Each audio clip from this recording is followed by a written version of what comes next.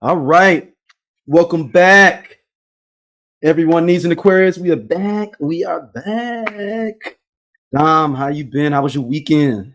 Nigga, I had one of them weekends that make LA memorable, worthwhile.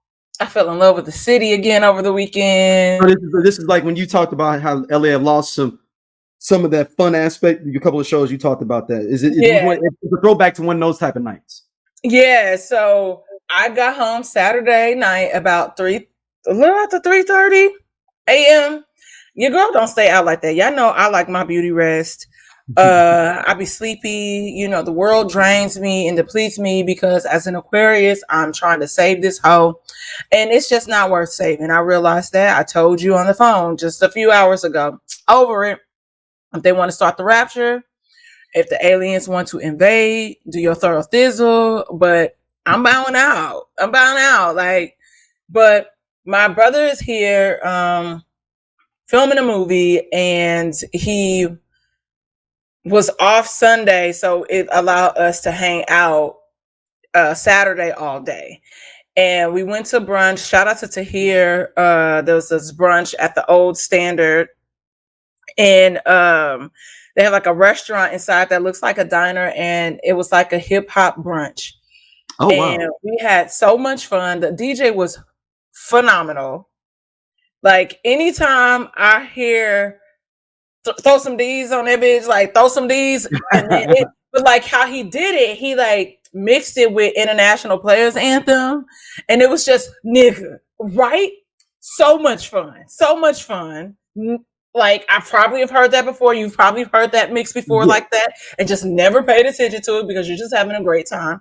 Right, you're just not tripping off it. Song got the song. The food was amazing. And from there, I came home because I had need to buy my dog some food. Came home, sat down, took a nap for like 15 minutes, got up, got dressed, and went out all night. Went from West Hollywood to Beverly Hills, back to West Hollywood, kicking it at Boosie Bellows, where I might have got my eyes rolled again by a rapper that's about to go on tour. Maybe he met me in a past life and we had beef. I don't know. Oh, he rolled his eyes at you? Again, it was like weird. This happened the first time. It's the same one? It's the same rapper? Same rapper. The first time this happened to me. They put his name in the chat. Oh, we was talking about him earlier that was on the tour. Then I was telling you he jumped out of a skull on the No Way Out tour. Oh, okay. Yeah. Okay. So I gotta tell you the story offline. But it yeah. So just so dope. And it just felt like old times. Like me and my bro used to go out all the time back in the day and just kick it. And it was perfect. It was just perfect. No drama, not too many people. Ran into some people that I might have used to, kick it with. And it was so crazy. Next day I got a call. Somebody's like, oh, cuz coach for the Lakers, you want to come to Denver today and come meet me in Denver? And I was like, I didn't hear you fly me out. I didn't hear you're buying my ticket. And he was like, okay, well, that's not a problem. I'll book that right now. You come in? And I'm like, yeah, no. Yeah, no, still. Listen, LA has been so good to me. So much fun. And it's time for LA to also reciprocate a little bit of the love and load my pockets, like make me a star. But it was fun. We had so much fun over the weekend, and now here we are. Basketball season is here. Yeah. Crazy that the Suns got swept, the Lakers are knocked out, and like I said, the Knicks are fighting for their lives. The Sixers are. No, I mean you're right. They're in overtime, but the Knicks are fighting because they're trying to knock them out. Oh yeah, but I'm talking about if Philly fighting for their life because they're going to be down 3-1. They're already down 3-1. Yeah, 3-1. Yeah. So because the Knicks win, they won the series. I want the Knicks. I do want the Knicks to win. They're just a better team. Okay. Is it me or is it that is it the world like is obsessed with stats and numbers? And I guess maybe I'm just paying more attention to sports now, but I feel like everywhere I turn, it's a number, it's a stat, it's a comparison, and it's like I feel like that makes it a We have little more we have more stats capabilities now, like, and it's faster, okay. easier to assist those numbers. And you have a lot of these I forget what they're called, like stat engineers that actually work on the teams now, where they're acquiring players by, well, they average 20 share scores per minute, and all these kind of different random stats we didn't give a fuck about, Years ago. 15 Okay, years so maybe ago, that's 15 years it. ago. But also on And the top gambling too. It's the gambling aspect too. Don't forget that yeah, part of my stats is up too. we had this conversation last Yeah. week. I don't want to talk about it. Yeah. But no, what I Shout was out to going to John say Ford. was, what I was going to say, okay, hold on. Sidebar. Didn't that guy's brother go to prison for killing somebody? His one of his other brothers is, yeah. Okay, so the family all just messed up. And Okay. if you Google Michael Porter Jr. in his interview he had also, you'll see some more weirdness in their family. If you Google that and watch that interview. Okay, I'll do that.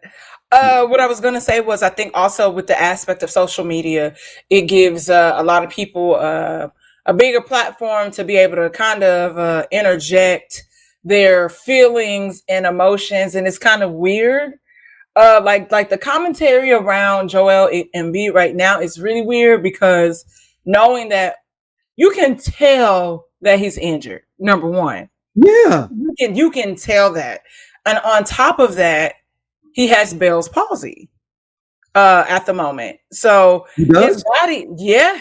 So like last week, if you notice, like one of his eyes, like he would go to blink, like his left side of his face, I believe, like his eye wouldn't blink. And so he came out, like I think game 2 or 3 in the post game, and said that he has Bell's palsy. And I kept saying that, and everybody's like, no, he doesn't. There's something else wrong. I said, motherfucker, like that's Bell's palsy. and he confirmed that, and I'm like, okay, he has a lot going on. So I think the world still lacks empathy, and I feel like come on, y'all. Like give the nigga some grace. Like it ain't like he's fully healthy and he's going hard. He's been very aggressive on top of his injuries too, because he probably should not have played this first round, but they probably would have got, like, I'm not gonna say swept, but it would have been, they probably, yeah. So y'all be kind. Be kind.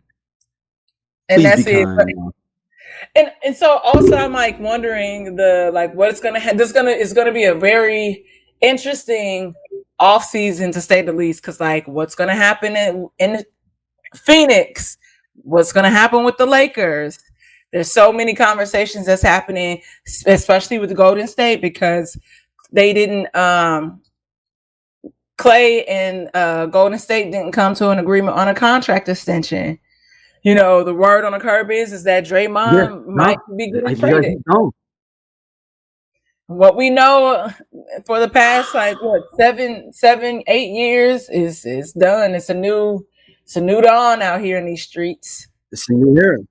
And Steph Curry, like, I ain't going nowhere. I got another baby on the way. I got to pay for this new kid. Yeah, he ain't going nowhere. They going. I mean, the easiest thing for them to do will be to get rid of Draymond, but once that's gone, it's kind of done. Because if they can't figure out nothing with Clay, like I said, like I didn't, the hope will be, well, one, the Lakers. I would say, even regarding like the Suns and the Lakers, both of them need to fire their coaches. So let's start there. Then, with the Suns, y'all cleared, out y'all bench, which y'all had a solid bench to get KD and Bradley Beal. And so y'all really don't have any bigs like that are defenders. So which is why they was kind of having a problem on that end when it came to trying to, keep up with the Timberwolves. And also, sidebar, shout out to Kat, because I was like, who the hell is this? Who are you? No, look, I don't like because he's been Cat injured for ball, so long. but I still don't like him because he's not my type of guy. But he balled though. The other night he balled. Yeah, He's just not my type of guy. that's as much. This is not. Yeah. So I would be interested to see what's going to happen in the off season for sure. But hey, it's hot girl summer. We outside.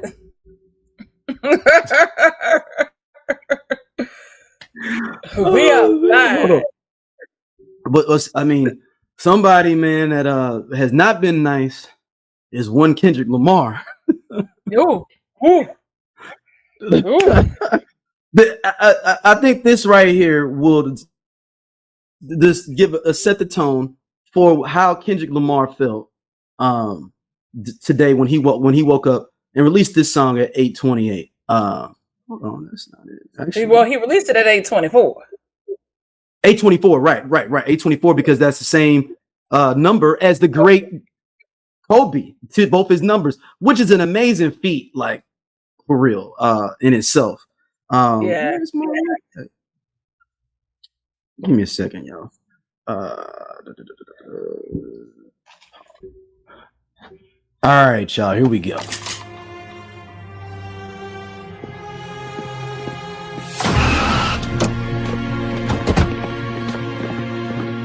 Allow me to introduce myself. I'm the bloke you're stealing from. The name's Alistair Rigby, but as far as you're concerned, I'm Willy fucking Wonka, and you're taking a shit in my fucking chocolate factory. Easy, boss. Don't get upset. When I have to go to the dentist, I'm upset. When Liverpool beats Arsenal, I'm upset. But when some little shit decides to take over one of the most profitable territories in the country, I'm beyond fucking upset. I'm very fucking upset. So, from now on, you're under new management.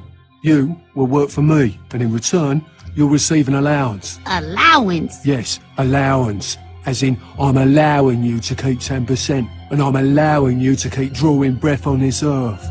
Now, you either get down, or you lay down. What's it gonna be, sunshine?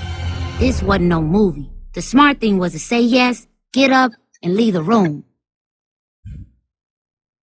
But then I thought to myself, what if this was a movie? Look, fuck you, fuck the plane you flew in on, fuck them shoes, fuck those socks with the bell on it, fuck your gay-ass fairy faggot accent, fuck them cheap-ass cigars, fuck your yuck-mouth teeth, fuck your hairpiece, fuck your chocolate, fuck Guy Ritchie, fuck Prince William, fuck the Queen. This is America. My president is black and my Lambo is blue, nigga. Now get the fuck out my hotel room. And if I see you in the street, I'm slapping the shit out of you. That was one Kendrick Lamar. That fool said, fuck the Queen. Fuck the But yo, Kendrick, like, man, I didn't expect this to be happening. I was so giddy. It really changed my whole day. I didn't do anything today for work, for real. Like, I had to literally take a meeting later on today for work, and that was the first time I actually did work today. It rearranged my whole day. So I'm gonna name people that you called.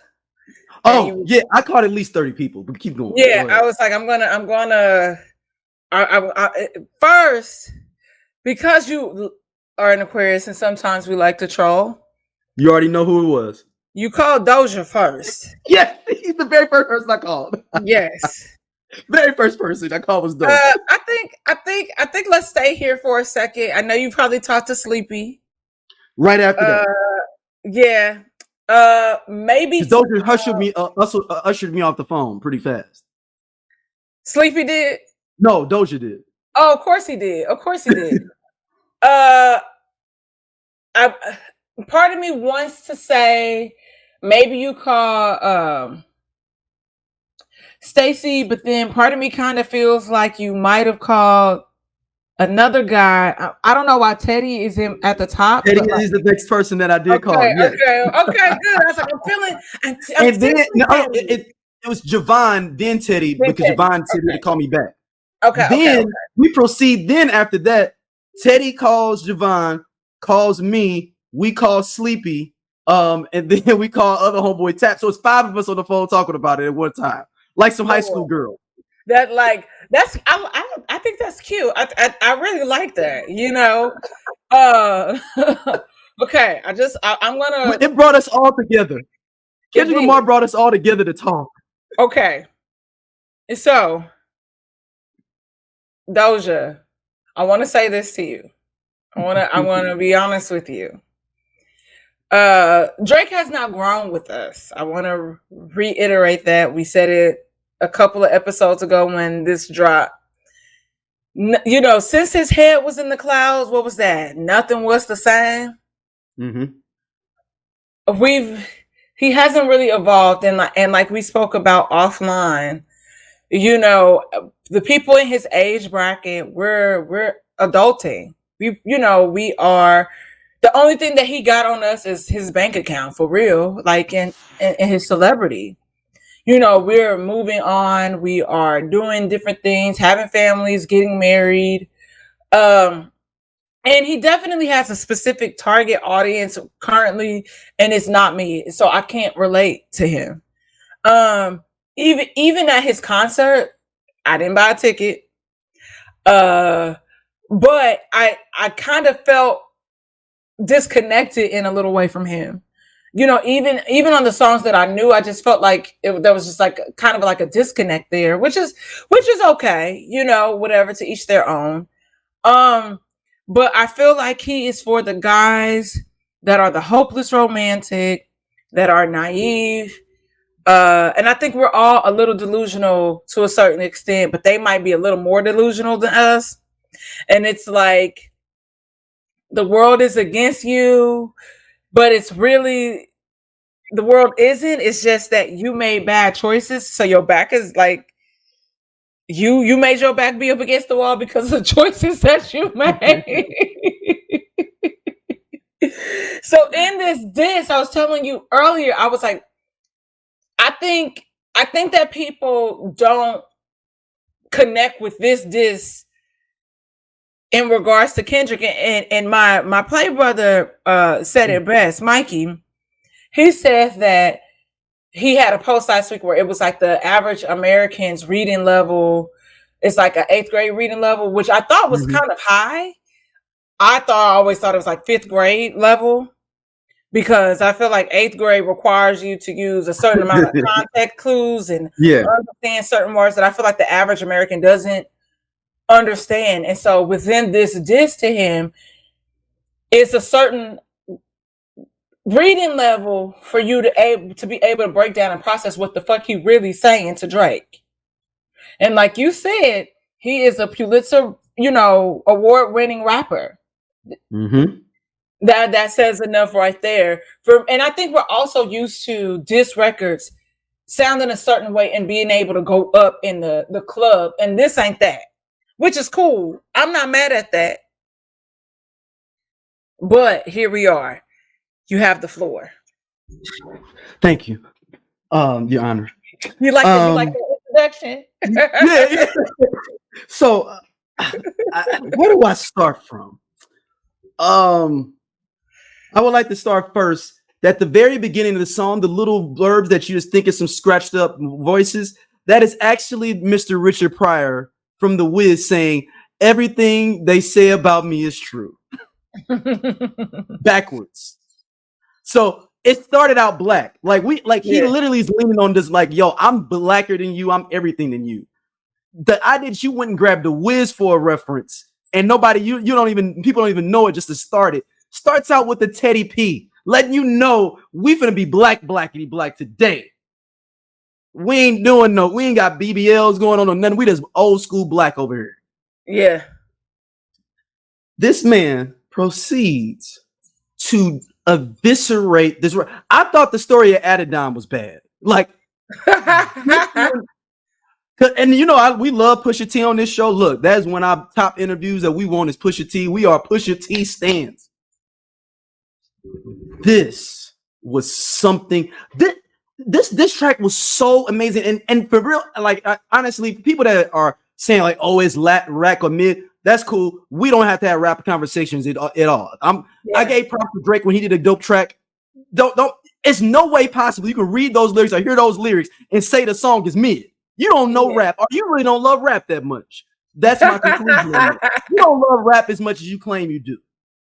And with that being said, he proceeds, and if the way he wrote it, it's like a writer, like we talked, he's a Pulitzer-winning writer. He takes you on a journey. He starts you off real slow. It's like going up a roller coaster. You're literally going up, tick, tick, tick, tick, tick, tick. He's just laying the landscape for you, switches the beat, drops you off. And you just start going up and down, up and down. And he takes you for a ride throughout the song.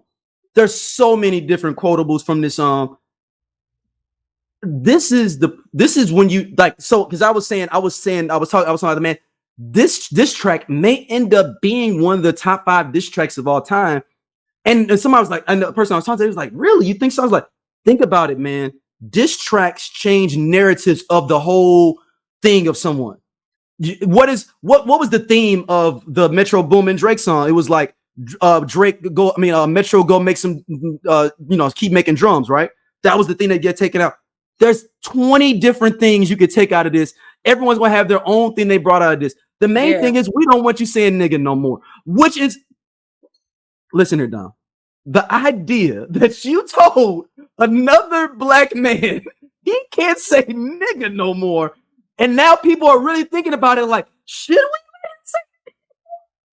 Yeah, like there's already an article up saying That's the I Only Listen to 90s Music podcast is a show for 80s babies who were 90s kids. If you were a No Limit soldier, then this is your show. If you believe that Cash Money is not an army but was a Navy, this is the show for you. If you and your friends ever tried to sing a song written by Escape, In Vogue, Shy, or Boyz II Men at a talent show during middle school, this is your show. The I Only Listen to 90s Music podcast is a bunch of 80s babies talking about all the songs and things that we loved when we were kids and teenagers. So if you went to the skating rink and you were at a lock-in, this is the show for you. If you think that Tevin Campbell was the original Prince of R&B, this is the show for you. If you don't understand the conflict between Monica and Brandy, but you're kind of on Monica's side and understand why Brandy got punched, this is the show for you. Make sure that you tune in, subscribe, click the little subscribe link. We're here. We're going to talk about all things 90s music. This is the show for you. Yeah, there's already an article. I forget who just published it, but it's like, should biracial people be allowed to say nigga? I'm sure you want to do that. No, like, we're talking about just Drake. I mean, it's definitely a conversation. And I think that I hope that's why I hate the think piece shit, because he wasn't talking about all biracial people. He was just talking about Drake. And that's the thing, is people were like, man, it's not something I really want to bump or dance. It wasn't for you, ma'am. It wasn't for you, sir. It was for a party of one. Drake. It was like he literally went over to his house and was like, yo, I'm gonna slap the shit out of you personally. I don't care if no cameras here. I don't care what it is. I don't like you, nigga. Okay. The nigga said, I hate you. Number one, like, I've never heard anybody just say, I hate you on the track. I hate you. I hate your hair. So to clarify, this beef stems from Control era, right? Before that. So, okay, what happened before that? Because I think that's where I'm a little... Well, Kendrick claims that Drake had been sneak dissing him for a while.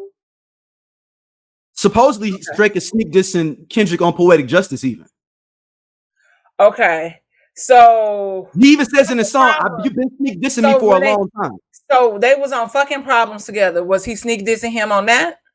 Maybe. I don't know. Okay. I have to go back and look on that. But I know that I've heard people before say on Poetic Justice, Drake was sneak dissing Kendrick on his own album. Oh, wow. Okay. And then you got to remember when Kendrick... I think Poetic Justice is after Fucking Problems. No, it's before. Really? Mm-hmm. That's on Good Kid, Mad City. Damn, I'm getting my years mixed up. Yeah, that's on Good Kid, Mad City. Right. Mm-hmm. And Fucking Problems came out maybe like a year or two later, I believe, on ASAP's album. You gotta remember that was 2013. Because that's mixtape ASAP was out at the time when Swimming Pools and all that came out. That was mixtape ASAP rocking in. He hadn't had a full album yet. ASAP had. Oh, it was a year. It was a year prior. Yeah. Just about a year. Right. Okay. So I wouldn't be surprised if we go back and listen if they dissing each other on there. But then Kendrick Lamar really sent that real nuclear nuke at him on that freestyle from the Cypher, the BT Cypher. Okay. When he was like, I'm tired of all these niggas wearing pajamas and stuff. We gonna get these niggas up out of here. High five, and then he high five one of the dudes from TDE. Okay. That's what he should have known. Like, and the thing that is amazing about this song, another thing is tons of things, but we're not gonna dig into it like line for line. That's not necessarily, this type of show.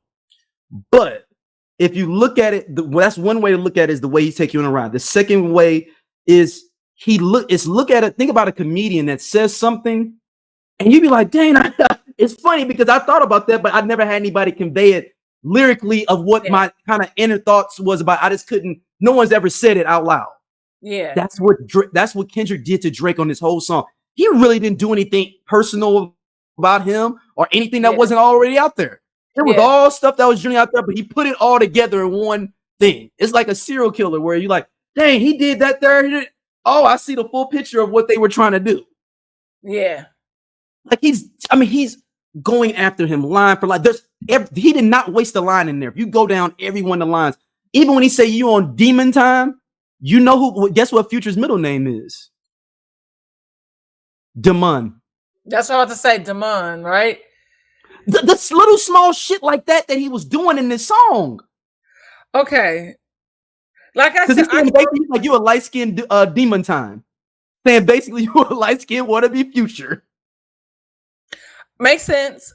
Well, I was gonna tell you, like you said, like when he said the line about the sun when we were talking about it, and I was just like, there are moments when my mouth just opened. Excuse me. And I was just like, damn. And that was one of those moments where he was, I was just like, my God. It was crazy. But also, but like I told you, I see your perspective. Mm-hmm. And then seeing other people's reaction to it, I also see their perspective where they felt like he, it could have been different, or he could have came even harder at him.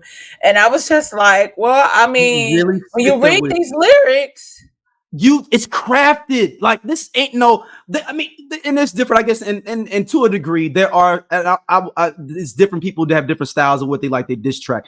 But this diss track is so layered up. Drake don't even know. It's like you literally hear something, you be like, that wasn't talking about nothing. Then you realize because you look at another line, you be like, he literally has lines re-referencing each other, going back and forth from earlier in the song to come back here. Almost, it's like a writer, like footnotes.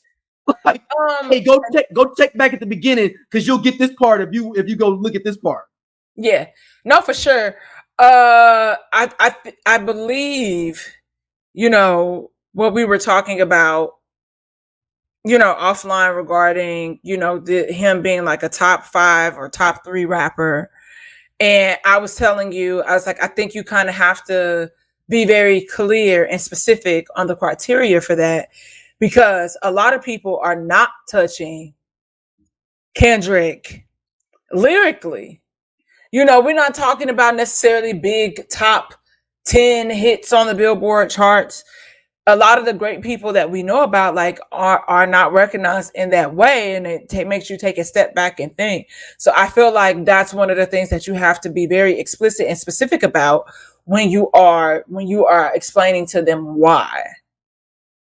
And half the people, like I said, we talked about this before when we were talking about misogyny and all this stuff in rap, and saying how the genre should have evolved by now to so many. And some people just want to shake their ass and have fun. Like, they want to bend it over, make their coochie breathe. That's cool. I ain't got no problem with that because I'm going to do it. But then as far as certain other aspects of it, you do want people to show up like Kendrick, like a J. Cole, like a Nas, like a Killer Mike. Like, when I was talking to you, I was like, yo, like, I didn't know, 1, Killer Mike dropped an album. 2, it was that great. And you were like, yeah, girl. And I was like, oh, shit. So that's what I'm saying. So you want things like that. And You want and the young cats, they not gonna get it. If you know, you know, and if you get it, you get it. And if you don't, you don't. I'm not about to keep breaking it down to you, but that's what you want out of your artist. And also, like a lot of like Killer Mike is what 40 fucking 5, maybe a little older. 45, 46, yeah, somewhere in there. I'm talking about my life that I'm experiencing at this age, things that I've gone through that I'm reflecting upon. And that's just what it is. And that's what we want our artists to do. Mm-hmm. Man, I had explained to you why the YNW Melly line. That's for like some super hood stuff. Like the idea he says, yeah, Cole, Aubrey. No, I'm selfish, nigga. The crown is heavy, huh? I pray that my real friends, if not, I'm YNW Melly. Like, I'll kill these niggas. Because YNW Melly, for those people, he killed his 2 best friends in the back of the car. And they said it was a drive-by. Right. And they try to act like and dump their bodies out to make it look like it was a drive-by. And then they were like, no, they got shot in the car, not outside the car. People are really crazy. Man, I mean, people are really. Dude, he said, you fucking with that Pusha P. You should be fucking with that Pusha T. And then the slick part I had to realize, Terrence Thornton, he said he's Terrence Thornton. That's Pusha T's real name. Yes. And, said, and I'm Terrence Crawford. We both he said, I'm whooping feet. I didn't know that. You live in LA. I didn't know whooping feet meant beating somebody up so bad that they came up out their shoes. Think about it. He said, I'll just read this line for y'all. I know we're not gonna break down, but this is hilarious. Yeah, fuck all that pushing P. Let me see you push a T. You better all spinning on him again. You think about pushing me? He's Terrence Thornton. I'm Terrence Crawford. Yeah, I'm whooping feet. Like, I just look. Drake only has one quotable from the other one, and that was a good diss. The song Metro stick to playing drums or whatever. You can talk to 10 different people. They're gonna pull out something different from this. No, that's true. But see, this goes back to even when we talk about how people miss the mark on Meg's His. You know, it's like 2 bars, like, you know, that are really about Nicki, maybe 3. But she was talking about Drake a lot on there. She was talking about Drake a lot. And this makes me, you know, when we talk about Drake and his many personas and, you know, him adapting certain things. And it's just like, so you're going to explore this genre. Now you have the accent. What is that? What's going on? And like she said, like you be around. He talks about his accent there. He's like, fuck your little fake accents. Yeah, but she referenced that shit too. Yeah. And so it's interesting. It's going to be interesting to see what happens. Do I feel like, do I wish that it was more sped up? You know how we're used to things kind of being back in the day. Yes. Is the waiting time making me bored? Yes. Was I more entertained with Chris Brown and Quavo? Absolutely. But, you know, I know that one, I'm being real. That one, if that doesn't cease fire soon, if that doesn't stop, violence will erupt. I'm telling you. And the OGs are going to have to step in like and break it up. I'm telling you. And Kendrick Lamar set this up where it ain't nobody coming in to stop this. Because remember, Push only gave him 2 or 3 minutes of story. He's like, I got more waiting for you. Kendrick said, I'm getting it all out now. Yeah, I don't need no Jay Prince coming to talk to me. None of that. Don't call my phone. Yep. Because you know he's gonna go radio silent again. Right. I was like, he probably don't even have one. He don't even have. He probably got a landline. He probably got a landline. Dude, the dude it's a masterpiece of a disc because it's so layered. And maybe I'm sorry, maybe some of y'all niggas is just simple. I'm sorry if you just can't enjoy this and give it what the props it is. I ain't saying you're gonna herald it as much as I do, but to say it's mid, it really shows me a lot about your intelligence. I'm gonna be honest with you. I think it's a beat thing. I really think it's a beat thing because I feel like if it was the same over some super bass heavy instrumental, I think people would not feel like that. And that's just I'm just keeping it a buck. But do you think that the beat would have, if it was a super dope beat, would have taken away from the track of like you listening to it as much? Because you'd have been like, "Oh, this kind of nice. I like this," and you ain't listening to what he's saying. I think the first time, a beat can overshadow your lyrics sometimes. It can, but I think people that are fully invested in this beef, you're gonna play it multiple times back to back because you're wondering if you missed something, like you said. So you're like running it back. It's like, oh shit, I caught this, now I caught that. This person caught this person caught that.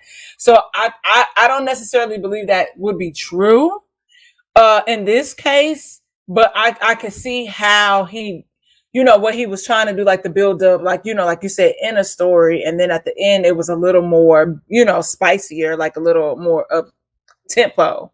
But no, and look, think about it. He did 4 different Kendrick characters too in the song. He did the introspective Kendrick at the beginning, all slow and kind of like talking to you. He did like the one that's kind of like the one in the how you doing, like the kind of that kind of like thing. Then he did the angry Kendrick. And then he did the other Kendrick, the hateful Kendrick, which is even worse than the other Kendrick. He basically built it up. And that last part was basically the mad Kendrick from the song with Future and them, where he was like, bum, you fucking bum. You never called him a bum. Like, this is, and like, keep in mind, Drake is probably, he'll be all right. He'll be okay. But it's the end of him trying to get that hood credibility. That hood credibility is gone. The little bit of like the street he wants. Well, here's the thing. Okay, so let's stay here. He'll still be popular. He'll still make his money. He'll still be a star. But the hood, he ain't coming back from this. This is it. He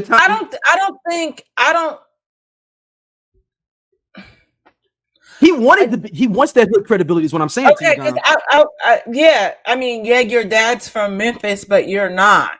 And so I always was under the impression that we all were aware and understood the Canadian aspect of the grass. Like Kenny said, why you talking about guns and stuff? And you up here talking about guns and stuff. And I was under the impression that we knew it was for show, just it wasn't real.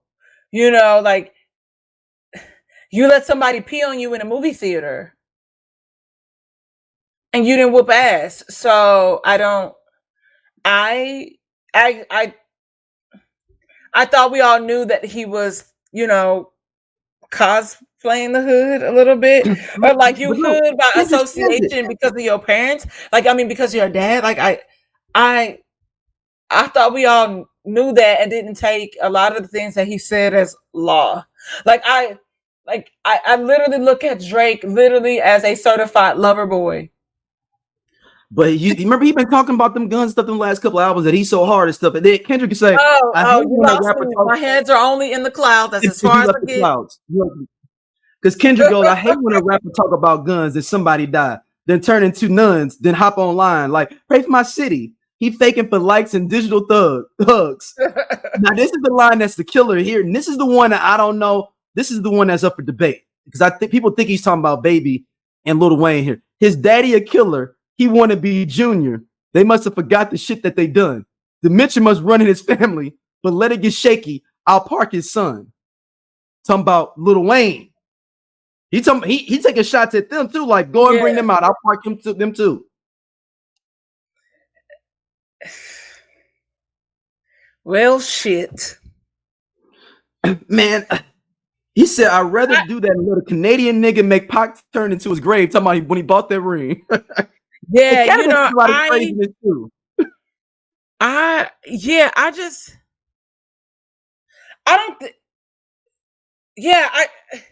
and we know hood niggas, like we grew up in the hood. So I've never heard a hood I understand people like enjoy his music, but I never knew that anybody that wants was that credibility though. Yeah, he wants the real rappers. He wants real rap fans to love him too. Nigga, like Chris Brown. Never mind. But he also wants real rap fans to appreciate him for bars. Problem is, You got he's got a songs lot of that asterisks on his name. niggas know and love. Let that be enough. See, this is what happened when you be trying to reach too far.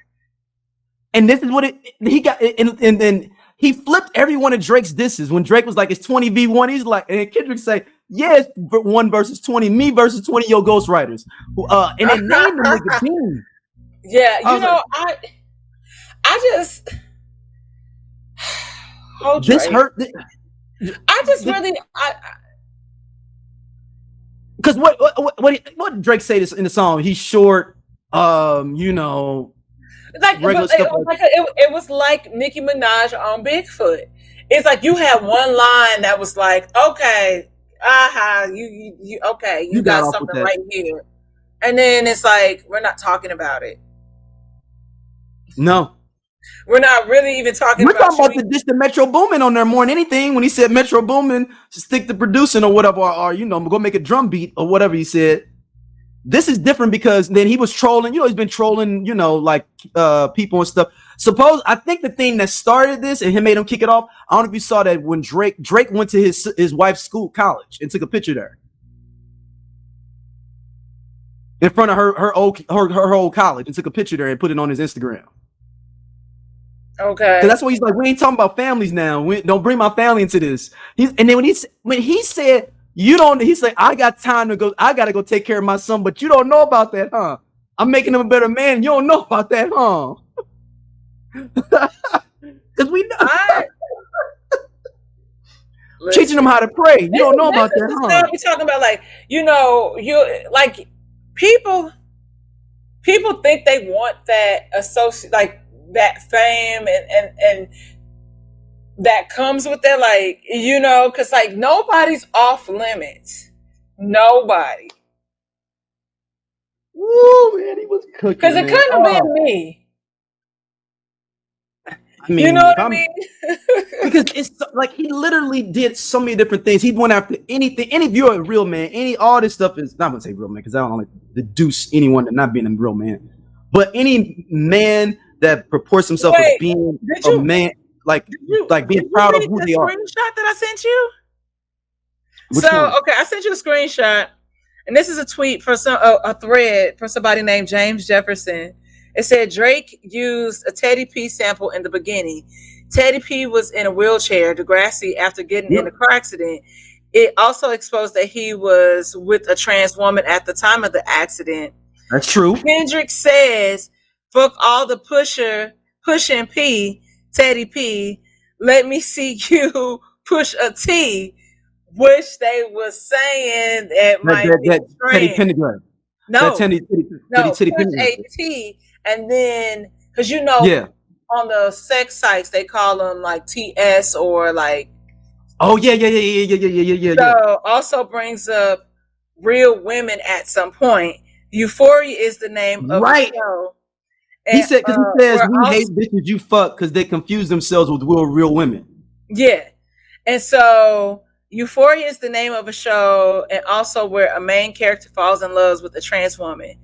They said Euphoria is about Drake's secret sex life. And it's like, I'm guessing. Wow.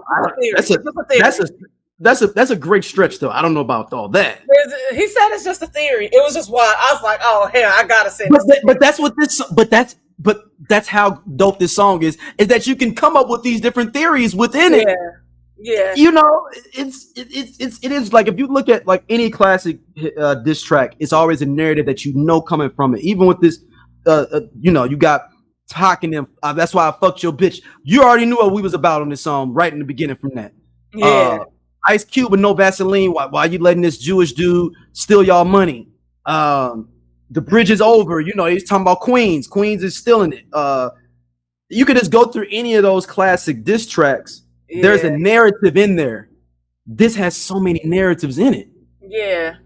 I would love for him to shoot a video for this. I don't know why. I don't know how he could do it, but it would just be amazing if it was like an animation. Not even like an animation video version of this. Yeah. And somebody's probably already doing it. They ain't got nothing to do with Kendrick. It's gonna be somebody random that does this shit on the YouTubes.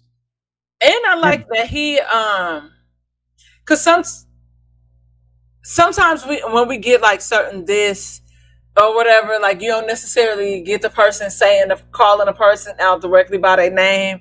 It's like all these innuendos around it, insinuating is this person, but this motherfucker said Drake.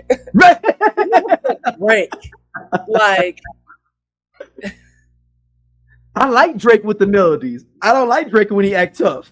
You gonna make me you gonna make a nigga bring back Puff. Yep. Let me see if Chubbs really crashed something. Listen, I was like, wow. You said, yeah, my first one, like my last one, it's a classic. You don't have one. Talking about a classic album. He's like, you don't have one. Now, Kendrick. No, I know, but it's a great line though. He said my first one, like my last one. Yeah. I'm like, baby, what's the one with what's been a minute? I think that's Take Care, or is that? No, that was Nothing Was the Same with Janae. Take Care is the one with Rihanna, which also I don't believe has any skips. Oh, I mean, yeah, I think that one has no skips. That dude said, headshot for the year. You better walk around like Daft Punk. For those people that may not know Daft Punk. That's what I'm about to say. I was like, if you don't know who Daft Punk is.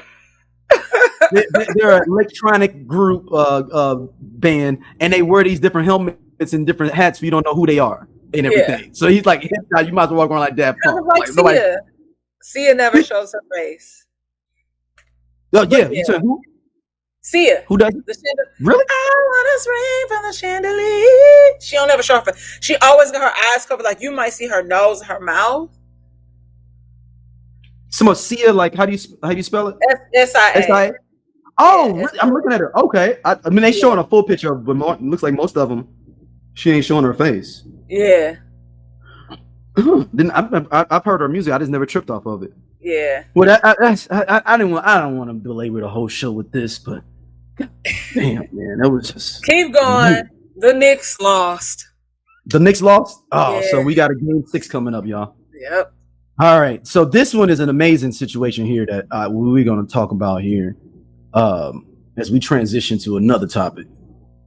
Fake his own death? Retail tycoon Karl-Erivan Haub was declared dead after he vanished under mysterious circumstances in 2018 on a ski trip to Switzerland, but now it seems he may be living in Moscow with his mistress. Haub was last seen alone on the ski lift, but he never returned to his hotel, and his body was never found. He left behind a wife, 2 children, and a company of 75,000 employees. Now an investigation has revealed he's living in Moscow with Veronika Ermolova, who is 20 years his junior. Haub called her 13 times in the 3 days before his disappearance.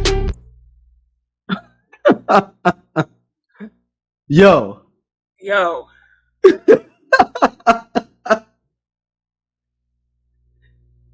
That is wild.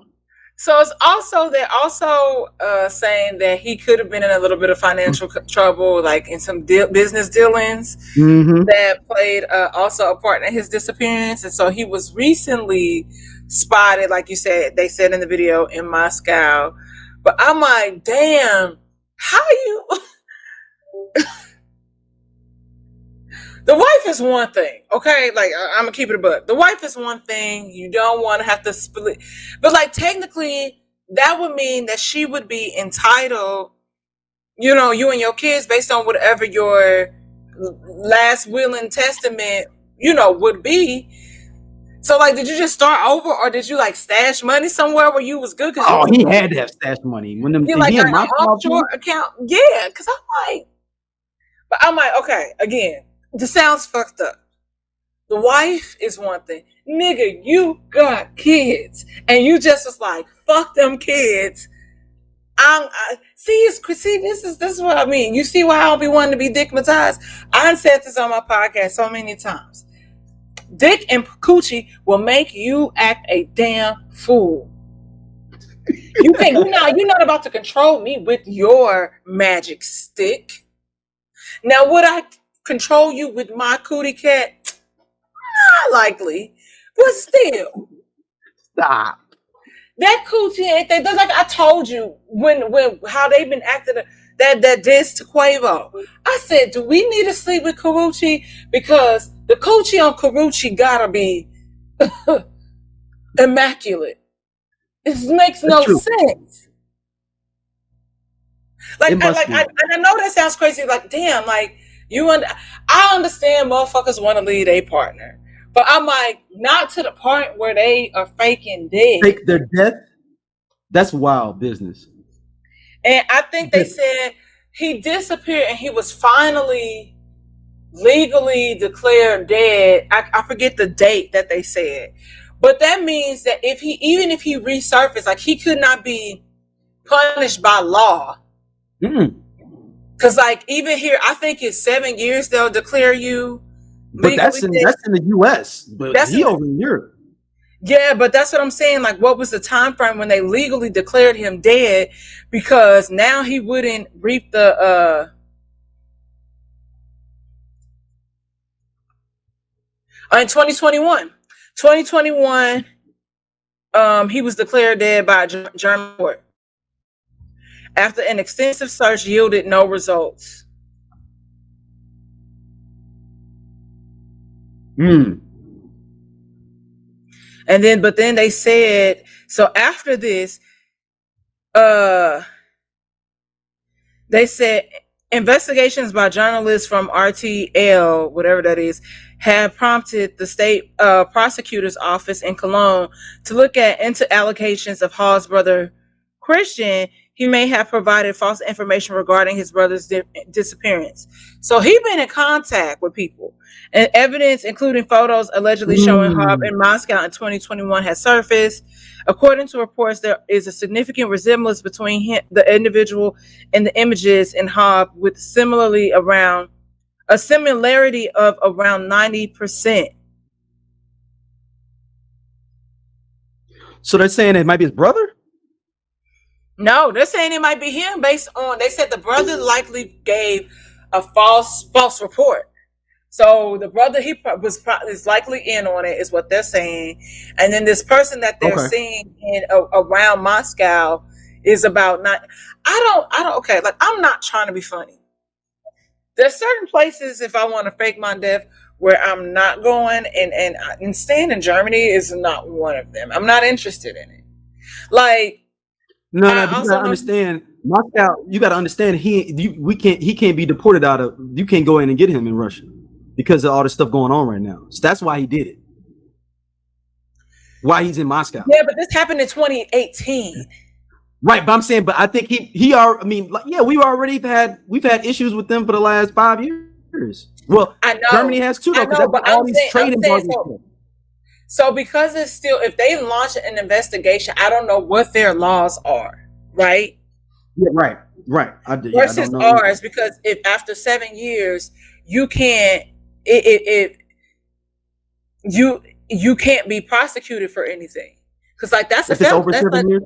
Yeah, if it's over 7 years, if I'm not mistaken. Yeah. So why is it over 7 years that you're not prosecuted? Why is that the? So if I fake my death and I stay out of the loop. If they declare you legally dead after 7 years, because that's a crime punishable by law. So right, but why is it like it open? Why after 7 years can I could just pop back up and then it's all good?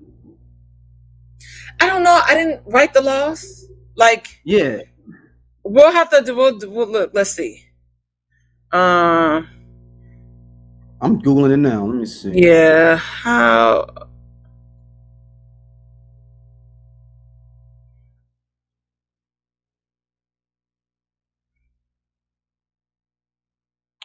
All right, so I'm just looking here. It says faking a death is not a victimless act. The people who grieve they believe was a real death are usually angry, and sometimes those who are unaware that the death is fake may feel emotionally abused and manipulated. But they said is legally you can do it though. Wow. Yeah. So it said, in proceeding under this part, a person who has not been seen or heard for a continuous period of 5 years by those who have likely seen or heard from the person who's absent, blah, blah, blah, blah, is legally declared dead. So it's like after 5 years.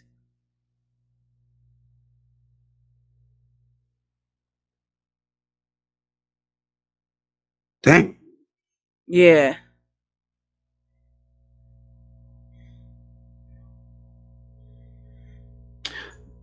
Dang. So It's like I'm seeing mixed stuff. yeah.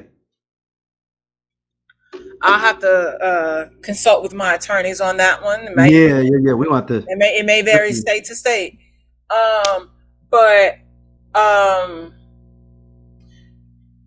yeah, maybe he got some information and he felt comfortable kind of moving around because you was off grid for 4 years. Yeah, I mean, maybe he thought it was all good, or I don't know what he was. And also, I'm like, nigga, like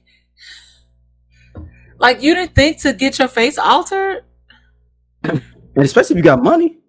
especially if you got money. Yeah. You didn't watch Face Off? That's what I'm saying. Yeah. Hold on, Like Dom. you dropped the ball, my God. Like the disguise of so many things can even happen with makeup. Like you should not be out in public as your regular authentic self. You know what I mean? It's just too risky. Hold on, Dom. It's our favorite time now. It's that time. It's that time.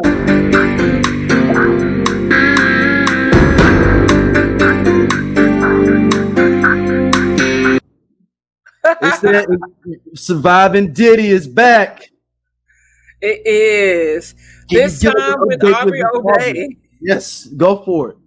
You know, I just want to say this.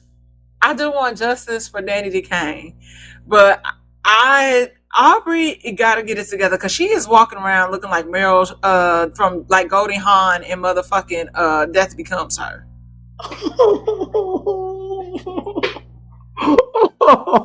She looks bad. And I know life is hard. But when life is hard, like I don't go get Botox and fillers. Like she looks great. And she's a nice looking girl. You know what I mean? When she was in Danny DeCane. And she's 40 years old. She's 40 years old now. Darryl. Yeah. We're close to you just a little beyond 40. I'm close to 40 at 37. Mm-hmm. We look like we still in our early 30s, late 20s. Black don't crack. I know, but that's what I mean.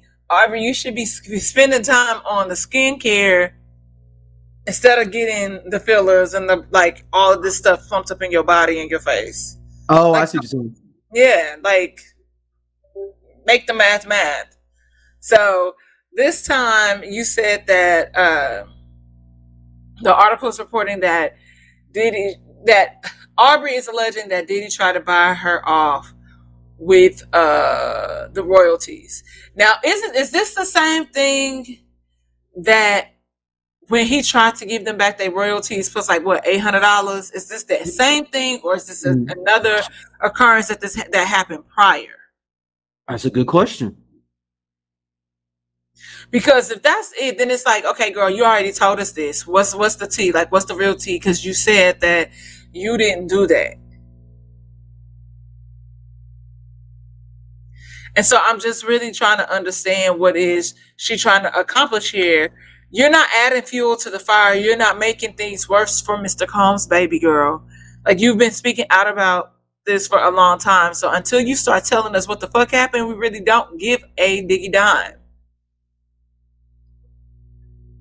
Yeah, I mean, it's the Diddy thing. It's going to keep writing itself at this point. Yeah, I know he's glad that Kendrick Lamar came out with a diss track. Keep a little bit of heat off of him for the day. You know, anything that happens, Diddy happy about it. Just please, just right. do something. Carisha, go get into a fight with what's the other city JT. girl name?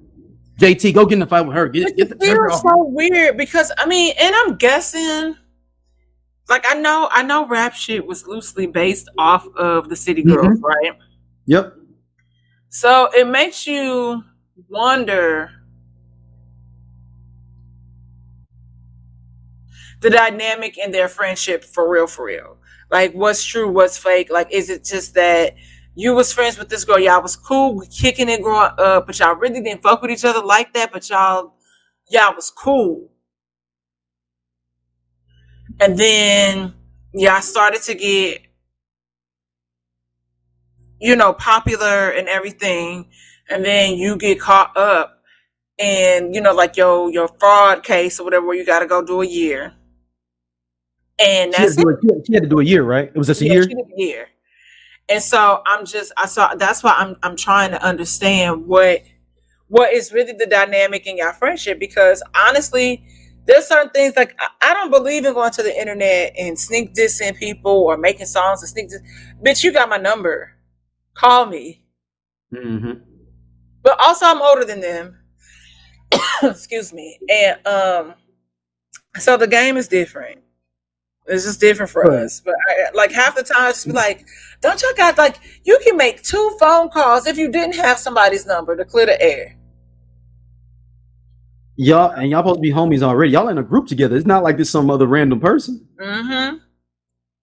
I don't know. It's just weird. It's just really weird. But you're right. He probably is happy that ain't nobody tripping off of him. Yeah, at the moment. he was like, please. He was like, man, keep on coming. He loved all these diss tracks. He was like, man, thank you. Somebody stop talking about me. I'm Doja. They sleep. Yeah, we part of Just Posted Podcast, man. The best show on this network. Come on, check, girl. Seriously, man. Just Posted. It's just me and Doja sitting back talking about what the fuck going on in the world and the streets. We said labor of love. He said labor of love. I ain't say that shit. Shout out to you know what I'm saying, everybody coming to watch though, man. We really appreciate y'all. Holla at y'all later. Hey man, this nigga just tall for no reason. I'm gone. And he do regular jobs. Don't forget that.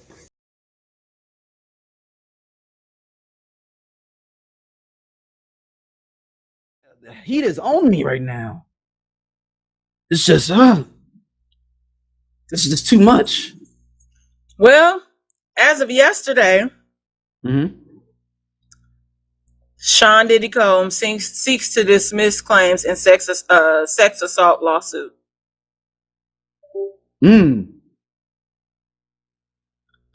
So, and then I'm guessing what? Okay, we gotta get Jane Deal on here. Yeah, because this was posted yesterday by Yahoo. Joy Dickerson Neal. Is that the person alleged in the lawsuit? Oh, that's the person in the law. Joy Dickerson Neal is the person they said that this lawsuit, the one they're trying to throw out. Lawsuit filed by Joy Dickerson Neal. I'm Googling her now. Well, this one. Oh, this is an accuser. This is a woman that said this is one of the women that is accusing him. Oh shit. This one says the downfall of Diddy. Diddy's former bodyguard claims politicians and more are involved in the scandal. And former bodyguard Jane Deal has spoken out about Combs' legal woes in the new documentary, The Downfall of Diddy. He claims that it's not just people in the music industry who are nervous about being seen on those videotapes. Authorities allegedly confiscated from. Oh shit! They did get stuff. I didn't know that they found anything in the mansions. That's what we don't know. They never said what. Yeah, I don't think that it's just celebrities that are going to be shook. He had politicians in there. He had princes in there. I told you that's why I said it's going to be a bigger deal than Harvey Weinstein and Jeffrey Epstein, because he was the people's guy. He was able to float between both of those. And you see, they just threw out some of those cases. They overturned that for Harvey Weinstein last week. Dang. Yeah, because he's out right now, right? Oh, I'm guessing just. Oh, no, that's just one of them, because he's got a whole bunch of like other cases he lost. Yeah, so he had other cases. Yeah, so he's not out of jail. It's just that one charge got flipped. Yeah, or like they got to retry him on it at least. Dang, I didn't realize. Hold on. So I'm reading the Joy Dickerson case. It says on January, this is her claim. On January 3rd, 1981, Ms. Dickerson Neal claims that Diddy spiked her drink while she was in the restroom at Wells Restaurant in Harlem. After leaving the restaurant, she asserts he transported her to 2 other locations, a recording studio and his home. Then, according to her lawsuit, he subjected her to sexual assault, resulting in severe pelvic pain. Traumatized, she alleges that she chose not to seek medical attention or report the incident to police. This is common response of victims, blah, blah, blah. When she felt safe, Ms. Dickerson confided in her best friend about the alleged rape. The allegations in Ms. Dickerson's lawsuit bear notable similarities to those of Ms. Ventura's. They parallel the legal actions. Soon after the rape, Ms. Dickerson Neal claims to have discovered that Diddy has secretly recorded the incident without her knowledge or consent. Devontae Swing, a mutual friend, allegedly told her that Diddy has shown him the tape. When she inquired who also had seen the footage, Devontae responded, everyone. Devontae reportedly said he wished to take a stand against Diddy, but his fear that his band Jodeci might lose their record deal stopped him. Diddy was Jodeci's A&R at the time. She claims that Devontae was one to ignore that Diddy allegedly did that and victimized her. In order to safeguard his own interests, Ms. Dickerson Neal's lawsuit describes bystander betrayal, a common feature of grape culture, where victim survivors face a collective unwillingness to condemn assault among community bystanders, often driven by fear. Dang. So she found out about a tape from Devontae Swing. Yeah. Also, sidebar. And this actually makes. But we're not gonna do that today. You said what now? Nothing. About you not listened to a whole Jodeci album? No, that ain't what I said. What? Go ahead. What we not gonna do tonight? Cause you know he also an abuser. Oh yeah. We not gonna litigate that today. You know. Yeah, I was like, we ain't gonna go in it today. He's a physical abuser, literally. Yeah. Literally, people that do some Googles, y'all can go down that rabbit hole on your own. But I can see Devontae in 91. If it's 91, 92, Jodeci didn't drop until 92, 93. Okay. So he literally was probably scared that if he did say something, he wasn't gonna have his record deal. Yeah. He had a legitimate fear at that time. Yeah. He had a legitimate fear at that time. Wow. She named Devontae in it. Jeez. Wow. Which means that I think I believe that. Like whomever, whether it was Diddy, somebody else, I believe that like for your homie to come to you and say this, that's wild. And then he said everybody saw it. Like everybody. And then for her to even name his name in that suit, she probably told him, but if he had gotten subpoenaed, he can't lie under oath. No. And you know, well, and that's the hope. That's the case he's trying to get. But he ain't got nothing to lose now. Yeah, but she claims, and I mean, this is the one that Diddy's trying to get thrown out. That's the one he's trying to get thrown out. Yeah. I wonder what's the one with the girl that was the minor that's a public figure. That one's still being litigated. We still don't know who that is. We got our suspicions. We won't put those out until we'll let y'all know if we were right or not. Yeah. if it does come out. Yeah, for sure. There still was an underage person that was going through all that. Yeah, for sure. Do you want to tackle this Amanda Seales thing, or what you want to do? How you want to do this? We can talk a little bit about it. Yeah, let's go ahead. Let's get Amanda Seales out the way. Go ahead. I want to say this, and I said it before when we talked about Shannon Sharpe. Shannon Sharpe is not a trained journalist. He is not. The hope is that he does go and as he continues to podcast, because it's different when you talk in sports on TV and just doing your Shay after dark. It's another to try to have certain conversations with people. And honestly, yes, Amanda Seales wanted to go on that show. Yes, Shannon Sharpe, hey, I extended an invitation to you. But it's another thing. You have to know what you're walking into, and who you kind of dealing with. And I wasn't going to sit up there and watch that entire interview because I got shit to do. Maybe I can't do full Club Shay Shays no more. Just give me the clips. Yeah, just give me the clips and keep it moving. And so I want to preface this with saying that everybody you just can't be in every space trying to have certain conversations. Mm-hmm. Maybe the Amanda Seales conversation would have been better for a Gail, maybe another platform where somebody can go back and forth with her and try to, divulge a little more. Because it just sounds like, it seems like he's giving people this platform to soapbox, to air out their grievances about things. Mm-hmm. And do I think that Amanda is lying or anything? No, I believe that there are truths to a lot of things that she can say. Somebody could be your favorite person, but treat somebody like shit behind closed doors, other people. Mm-hmm. That those two can coexist.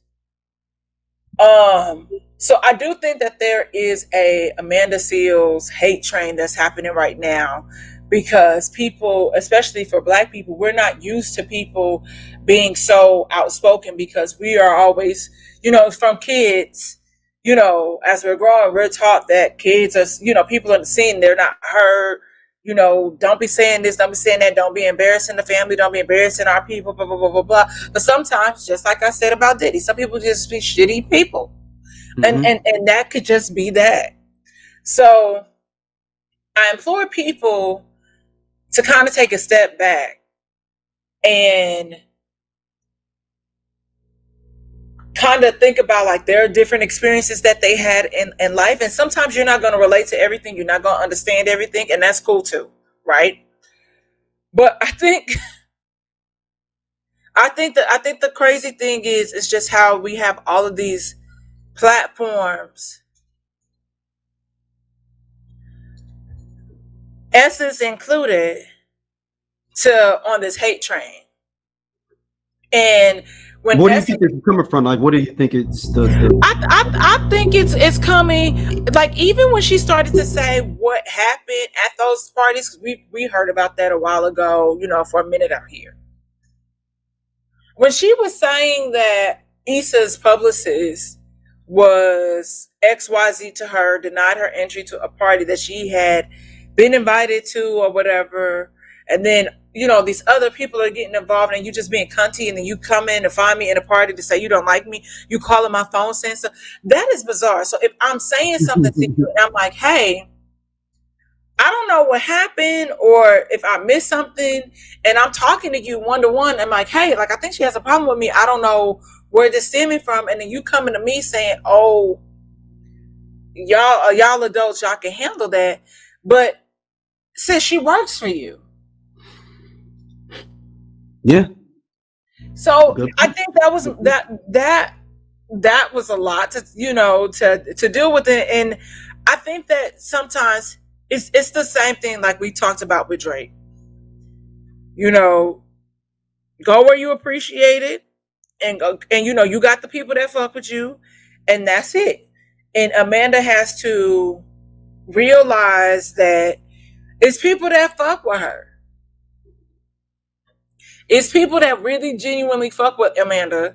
And I know that people have had issues, about, certain things, like about the Tamir Rice thing, the Sean King thing, and, certain things that she said, throughout. And she ain't no different than a lot of these other people that y'all, like, subscribe to. She human just like everybody else. But she doesn't take any. I will say that I don't think she take. But the only problem, or I wouldn't say problem, but the thing that I could see is she doesn't take any accountability for anything she does or says. I definitely can agree to how you could, say that. Well, she literally got mad at him for stuff she said on the show. Like, that was amazing to me. Like, also, so this goes back to what I was about to say. You had no business going on Shannon Sharp. You had no business going on Shannon Sharp. You just if y'all just listening, you just missed it. But there's certain, so just like how, okay. So remember when she was on The Real? Mm-hmm. Amanda Was it the Seals real or was it the real, right? Not the talk, right? It's the real, right? the real. The talk is a different show. Okay. She had no business hosting on that show. She had no business being like a co-host on that show.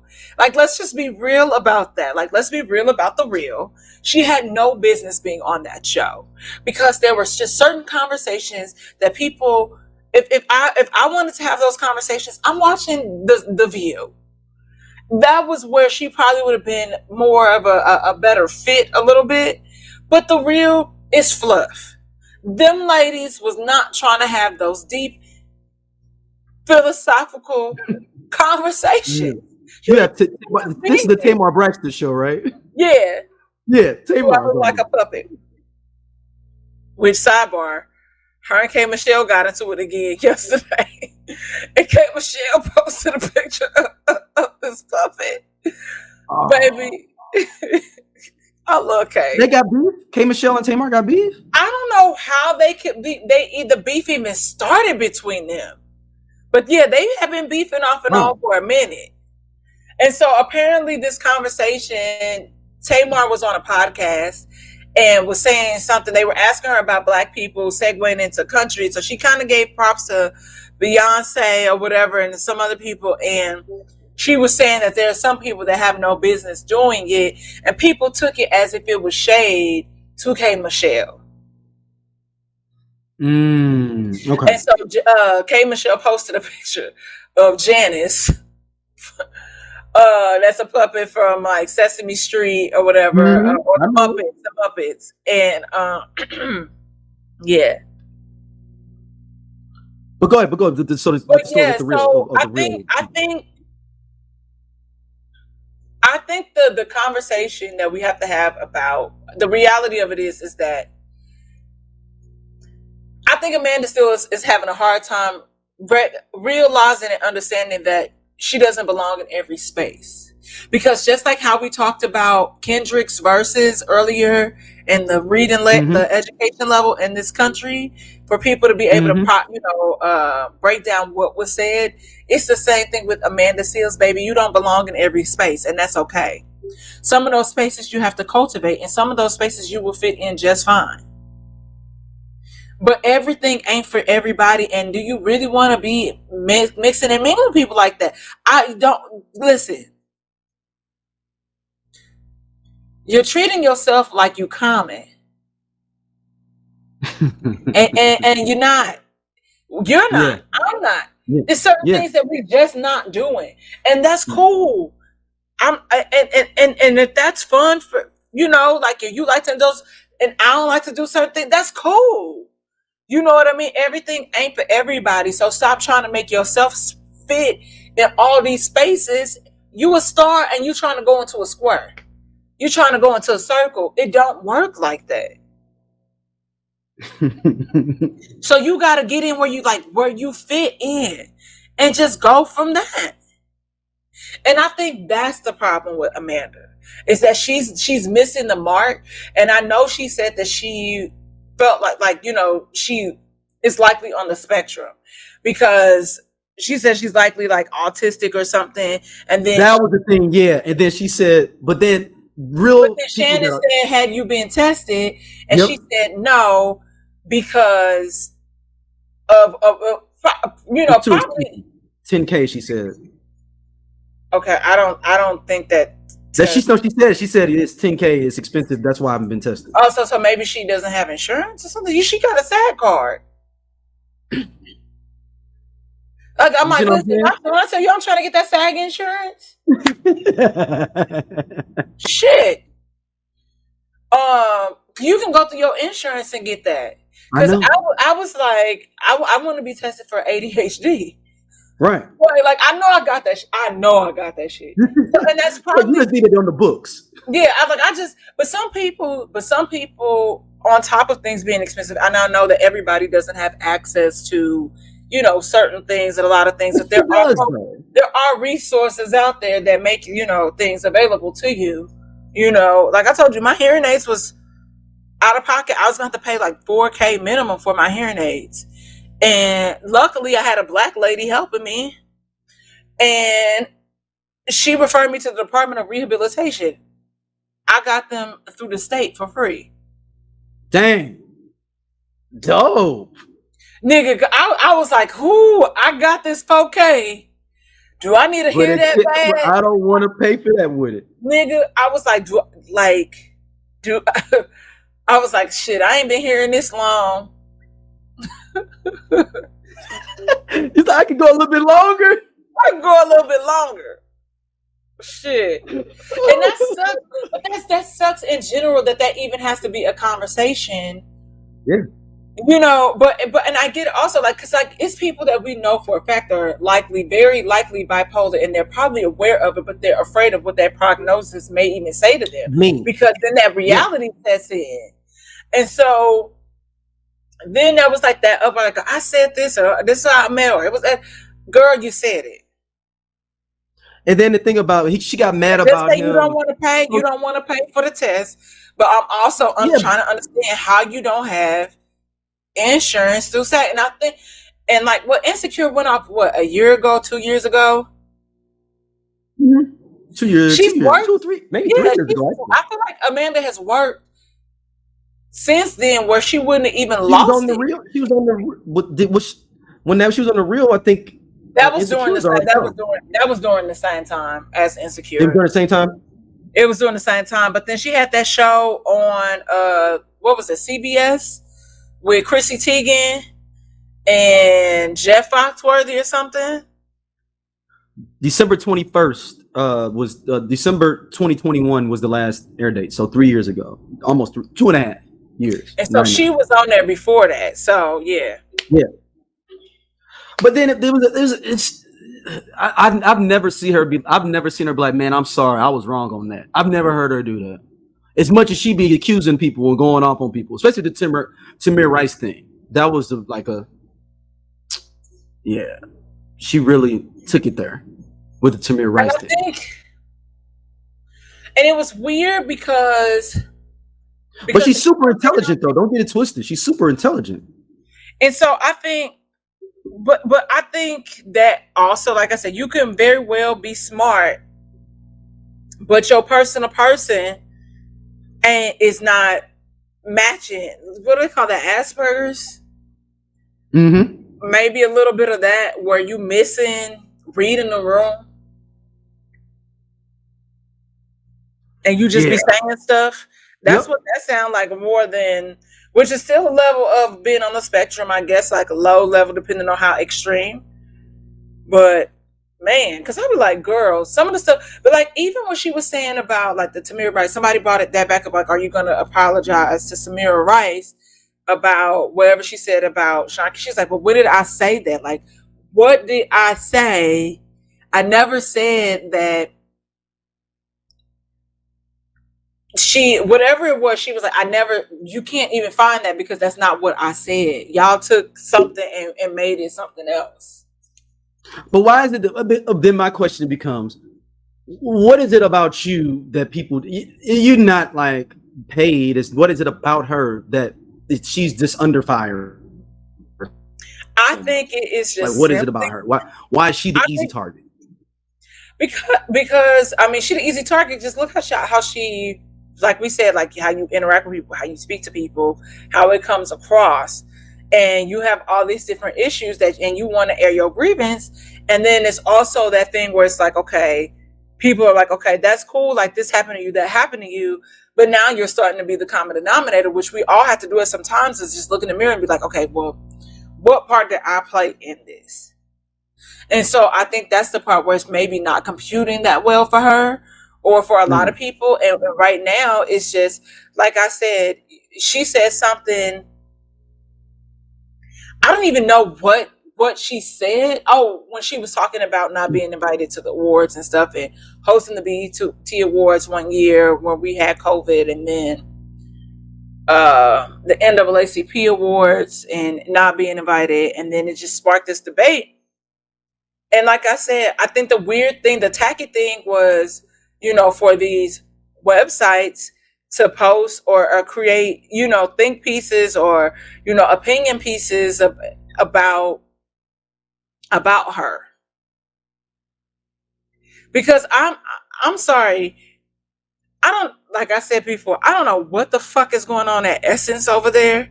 Because even you remember we talked about Yeah, some tweets that one day and how the yeah. guy was like, "This is what it should have said," versus Hmm. how y'all flipped this and made this something else. I mean, Essence is not owned by the same. It's owned by, I believe, like Time Warner or something now. Okay, I thought Essence was back to being black owned. Or Is is it? it? Hold on. Or maybe I'm just thinking about Ebony. Maybe I'm just thinking about Ebony. Hold on. Let me see. I didn't think it was a black.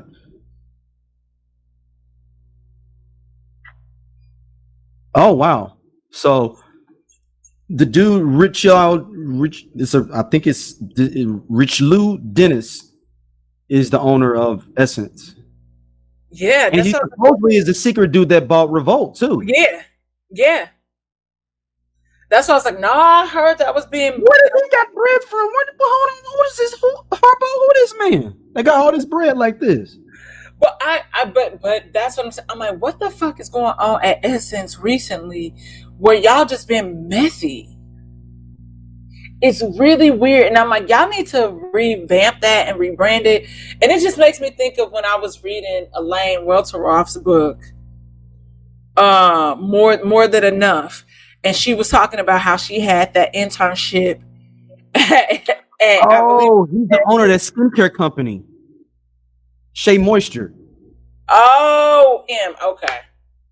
That's how he got his bread. And so he, like, and so when she was saying some of the stuff that she experienced, like even at her internship at Essence, I was like, niggas. But there was this period where it was just, you think about, like, even now, I'm like, yo, I can't wait to be, featured in Essence or, something like that. And it's just like, y'all are moving like the shade room right now. What is going on? But that's because everybody's all about these likes and stuff. Like, nobody wants to stay in their lane anymore. Yo, I saw Black Enterprise doing an article on that. I was like, what the hell? And I feel like everybody posted like the same op-ed from this girl, and it was just really weird. But like I told, like when you posted in the group, I was like, let me fix this. Like, so Amanda, when I said the thing about, okay, Amanda Seales, it's time to have a conversation about Amanda Seales, and it's time for us to like have a deeper conversation about the entities that have like blocked her out, that have been kind of problematic. Everything, when we think about it in hindsight, everything we know is very cliquey. We gatekeep. We always feel like there could only be one at that time, depending on what's happening. So there's a lack of community within our community. Because there ain't no way, like you said, Black Enterprise, Essence, Blavity had posted something and they took it down. The Root, and the Root is becoming more like the Onion. There's no way of, like, it can't be that slow of a fucking news day where all y'all are posting and talking about the same shit that don't, like, I'm not even trying to be funny. This is a non-factor in all of our lives. Like, the problem is that why are y'all having a hard time swallowing what this girl is saying? Like, whether it be, like, she could be speaking facts about something, whether it be what's happening, because she's been very vocal about what's happening in Gaza and Israel. Having people on her platform that are, reporters, journalists, and different people, like, from the, like, our descendants, and so why is it that we're picking and choosing? But like I said, people like to, like, we always got to be bad about somebody. We always can't like somebody. And that just is what it is. I implore people to go where people pour into you, and that's it. That's in our friendships. If you feel like you don't got nothing else in your cup, it's time. It's time for you to examine the circle, because Yeah, it's time for you to fix that. See that circle, how big your circle really is, you know, or like are decreasing. Yep. Go, like we said before, go where you celebrate it, man. Like that's just plain and simple. Yep. All right, Dom. Tell everybody where they can hit you up at. You can find me in St. Louis. No, I'm just finding. Cats would be like, "Word, when you gonna be here?" Yeah, no. That's so funny because Netta posted something on Twitter yesterday saying something about how she really want to troll somebody, and I was like, "Girl, we from St. Louis. You got to do it." Just on that alone. Say what you're gonna say. Shout out to Netta, man. We should get her on the show. We should. She just followed me back because of that tweet yesterday. And I have her Essence magazine cover. But yeah, I let's look into that. And then you can find me on St. Angela's Whiskey Sour Podcast. She's almost there, y'all. We're almost there. Subscribe to my YouTube. What else I got going on? I got the candles. Doing some revamping with that on that side. Had to take a little step back because small businesses it be bleeding your pockets. So yeah, that's what we're doing, and yeah, that's all I got today. All right, thank y'all for listening as always, and we'll be back soon. Peace.